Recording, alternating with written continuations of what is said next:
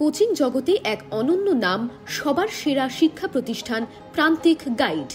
এখানে Netaji Subhas open university, Rabindra Bharati university এবং ক্যালকাটা ইউনিভার্সিটির পিজি ও ইউজি বিএ কোর্সের বাংলা, ইতিহাস, শিক্ষাবিজ্ঞান, রাষ্ট্রবিজ্ঞান, ইংরেজি, ভূগোল, এমএসডব্লিউ, ইএনভিএস, বিএলআইএস, এমএলআইএস সমস্ত সাবজেক্টের উন্নত মানের নোটস, সাজেশন, অ্যাসাইনমেন্ট পাওয়া যায়।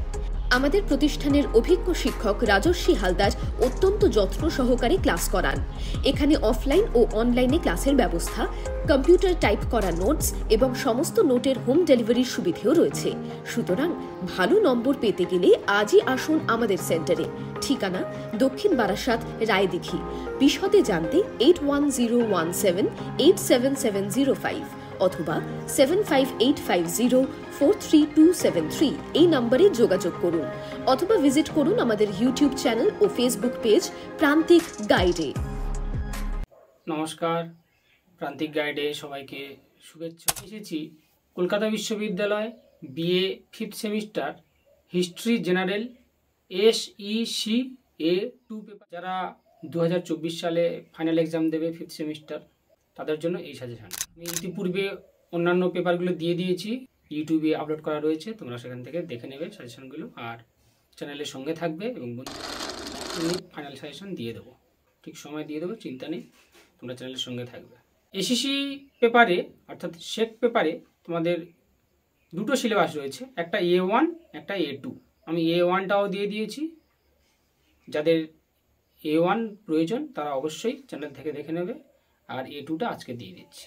এই পেপারে রয়েছে ইন্ডিয়ান হিস্ট্রি অ্যান্ড কালচার।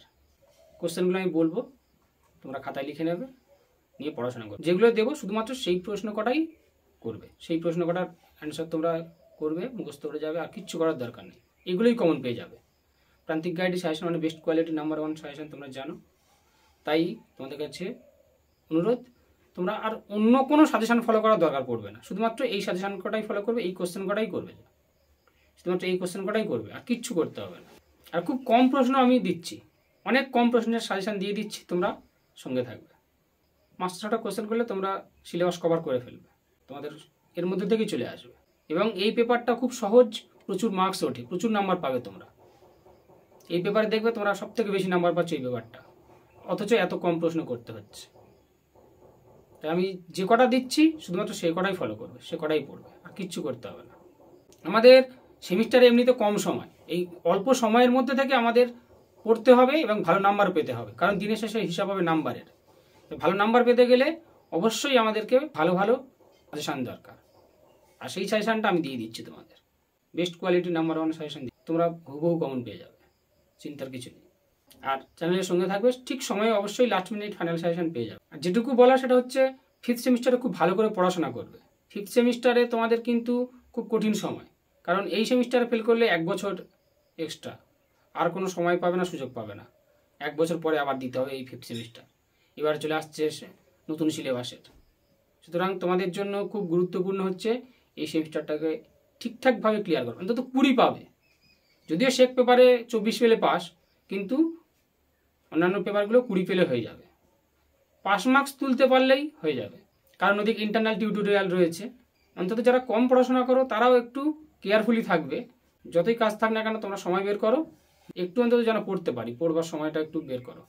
অল্প হলেও ডেলি পড়াশোনা করো, প্রত্যেক দিন পড়াশোনা করো। আর যারা ভালো রেজাল্ট করতে চাও তারা অবশ্যই করে 8-10 ঘন্টা করে পড়াশোনা শুরু করে দাও। পরীক্ষা কিন্তু আর বেশি দিন নেই তোমাদের। আর তোমরা অবশ্যই কিন্তু নোটস লেখা প্র্যাকটিস করবে। নোটস লেখা প্র্যাকটিস করলে কি হবে, তাহলে পরীক্ষা আর ভুলবে না। তোমরা বাড়িতে নোটস মুখস্থ করবে, নোটস মুখস্থ করার পরে লেখা প্র্যাকটিস করবে, তাহলে দেখবে অবশ্যই ভালো রেজাল্ট হবে। এই পেপারে আমি কোশ্চেনগুলো বলছি, তোমরা লিখে নাও। গ্রুপ এ বা বিভাগ কতে রয়েছে একটা নোটস লিখতে হবে 50 নাম্বারের। এই 50 নাম্বার নোটসটা যদি লিখতে পারো তাহলে অবশ্যই পাস করে যাবে। এই একটা নোটসেই মোটামুটি তোমাদের পাস মার্কস তুলে দেবে। 10-12 পেজ লিখতে হবে, 1000 শব্দের মধ্যে লিখতে হবে। 10-12 পেজের মধ্যে যদি লিখতে পারো তাহলে অবশ্যই এই একটা নোটসে পাস করে যাবে, বাদ বাকি যা পাবে বোনাস। এই পেপারে 24 পেলে পাস, ফুল মার্কস 80, মানে থিওরি এক্সাম হবে 80, 24 পেলে পাস। লিখে নাও 50 নাম্বারের যে কোশ্চেনটা। সম্প্রতি কোনো একটি ঐতিহাসিক স্থান ভ্রমণের কিংবা আন্তর্জালের বা ইন্টারনেটের মাধ্যমে পরিদর্শনের অভিজ্ঞতার কথা উল্লেখ করে তোমার বক্তব্য উপস্থাপন করো 1000 শব্দের মধ্যে। কোনো ঐতিহাসিক স্থান ভ্রমণ করেছো, ইন্টারনেটের মাধ্যমে দেখেছো, উপর একটা প্রতিবেদন লিখতে হবে, 10 পেজ 12 পেজ, 1000 শব্দ। 1000 বললে 1500 পর্যন্ত যাওয়া যায়, 200-300 অন্তত বেশি করলে কোনো অসুবিধা নেই, 200-300 বেশি হলেও অসুবিধা হবে না, কিন্তু তোমাদের লিখতে হবে এতটা, মানে 1000 শব্দ। 50 নম্বরের একটা কোশ্চেন 10-12 পেজ না লিখলে কিন্তু অ্যাপ্রোপ্রিয়েট অ্যান্সার হবে না। আর এইটা যদি ঠিকঠাক লিখতে পারো 10-12 পেজ, তাহলে অবশ্যই পাস করে যাবে। এই একটা কোশ্চেনের উপর, একটা নোটসের উপর তোমরা পাস করে যাবে। হিস্টোরিক্যাল প্লেসের উপর আমি একটা নোটস আপলোড করব, তোমরা চ্যানেলের সঙ্গে থাকো, পেয়ে যাবে। এবার বিভাগ খ থেকে এখানে দুটো করতে হবে, বিভাগ খ বা গ্রুপ বি থেকে তোমাদের দুটো করতে হবে, 15 নাম্বার করে, একটা কোশ্চেনের জন্য 15 নাম্বার, 15 দুটো অ্যান্সার তোমাদের করতে হবে। লিখে নাও। একে, ঐতিহাসিক পর্যটনের গুরুত্ব। ঐতিহাসিক পর্যটনের গুরুত্বটা করবে।